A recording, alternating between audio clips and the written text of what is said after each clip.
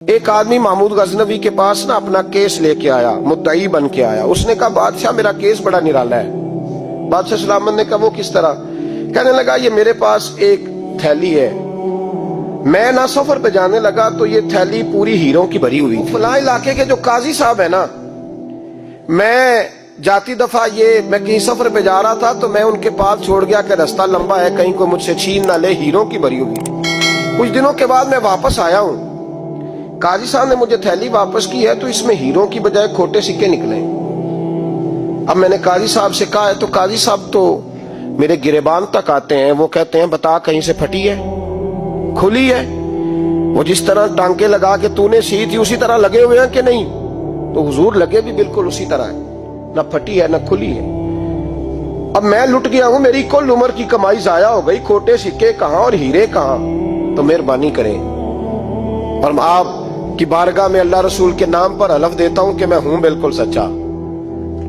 محمود غزنوی کہنے لگے تو جا، تھیلی چھوڑ جا، اور جب میں تجھے بلاؤں گا پھر دوبارہ آنا۔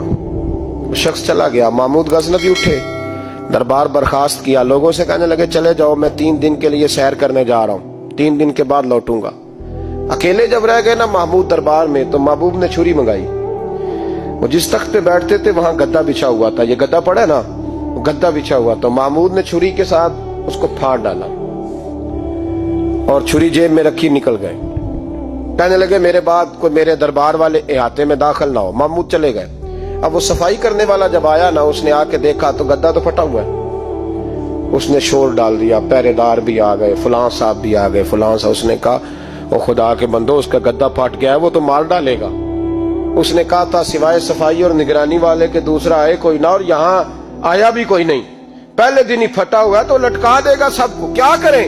شور ہو گیا، سارے دربار کے ملازمین اکٹھے ہو گئے۔ ایک بندہ بولا، کہنے لگا فکر نہ کرو، میں کیسے بندے کو جانتا ہوں، اس طرح سیے گا کہ جس نے پھاڑا ہوگا اسے بھی پتہ نہیں چلے گا کہاں سے پھٹا تھا، ایسا بہترین رفو کرے گا کہ پتہ بھی۔ اس نے کہا یار ہم سارے 1 مہینے کی تنخواہ دیتے ہیں، تو بندہ بلا۔ وہ بلا لیا اس کو، اس کا نام محمد رفو گر تھا۔ وہ آیا، اس کو گدا دکھایا، اس کا یار اس طرح سینہ پتہ نہ چلے۔ اس نے کہا فکر ہی نہ کرو، میں بڑا کاریگر ہوں۔ بڑے بڑے کاریگر لوگ نہیں ہمارے ملک میں پائے جاتے، کوئی نشان چھوڑتے ہیں پیچھے بڑے۔ احمد رفو گر کہنے لگا اس طرح سیوں گا کہ پھاڑنے والے کو بھی پتہ نہیں۔ ان کا پیسے لے یار تو سی دے۔ اس نے سی دی، اگلے شام ہی لا کے بچھا دیا گدا۔ تیسرے دن بادشاہ سلامت آئے، آ کے پہلی نظر گدے پہ ڈالی۔ اس نے بلایا سب ملازمین کو، کہا کس نے سیا ہے؟ کہا جناب کیا ہوا؟ کہا یہ پھٹا ہوا تھا۔ کس نے؟ کہا نہیں پھٹا ہی نہیں۔ وہ کہنے لگے بنو بات، میں خود پھاڑ کے گیا تھا، تو بتاؤ صحیح سیا کس نے ہے؟ کہا جناب آپ پھاڑ کے گئے تھے تو بتایا کیوں نہیں؟ فرمانے لگے اسی لیے تو بتایا نہیں تھا کہ تم خود تحقیق کر لو، بلاؤ بتاؤ سیا کس نے۔ تو بلا لیا، احمد رفو گر آ گیا۔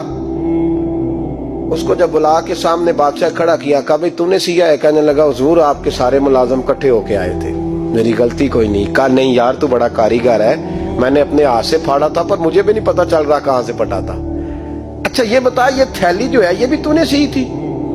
اس نے کہا جی آپ کے خادم کا ہی کارنامہ ہے، وہ فلانے علاقے کے قاضی صاحب آئے تھے، اس میں سے ہیرے نکال کے تو کھوٹے سکے بھرے تھے، تو مجھے بھی تھوڑا سا حصہ ملا تھا۔ محمود نے سارے گواہ بھی اکٹھے کر لیے، ثبوت بھی اکٹھے کر لیے۔ پھر قاضی کو بلایا، پہلے سارے ثبوت اور گواہ کیس حل کر لیا۔ پھر ہمارے ہاں یہ حال ہوتا ہے کہ مدعی 2-3 ہفتے کے بعد خود ہی ہاتھ باندھ جاتا ہے، کہنا تسی میری جان چھڈو، مجرم پھڑو پاوے نہ پڑھو۔ وہ کہتا ہے مجھے معافی دو، میں رہا۔ ظلم ہے نا، ظلم زیادتی ہے کہ جو بیچارہ اتنے سوال مجرم سے نہیں ہوتے جتنے مدعی سے ہوتے۔ آپ یقین کریں اتنے سوالات ہوتے۔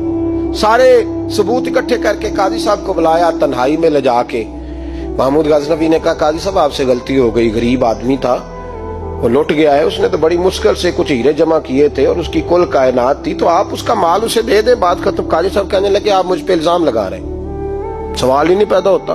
آپ میری داڑھی دیکھیں، آپ میرا اعزاز دیکھیں، دنیا جانتی ہے میں اس کا۔ قاضی صاحب انسان بھول ہی جاتا ہے، بندہ بھول جاتا ہے، غلطی ہوگی، مال نے کہا نہیں سب۔ کہا میں تنہائی میں پوچھ رہا ہوں، میں اس وقت پوچھ رہا ہوں جب دوسرا موجود کوئی نہیں، آج توبہ کر لے، میں کچھ نہیں کہوں گا، تو میری زبان پہ اعتبار کر، تجھے پتہ ہے میں جو کہتا ہوں اس پہ عمل بھی کرتا ہوں، باز آ جا۔ پر قاضی نے کہا نہیں میری غلطی کوئی نہیں،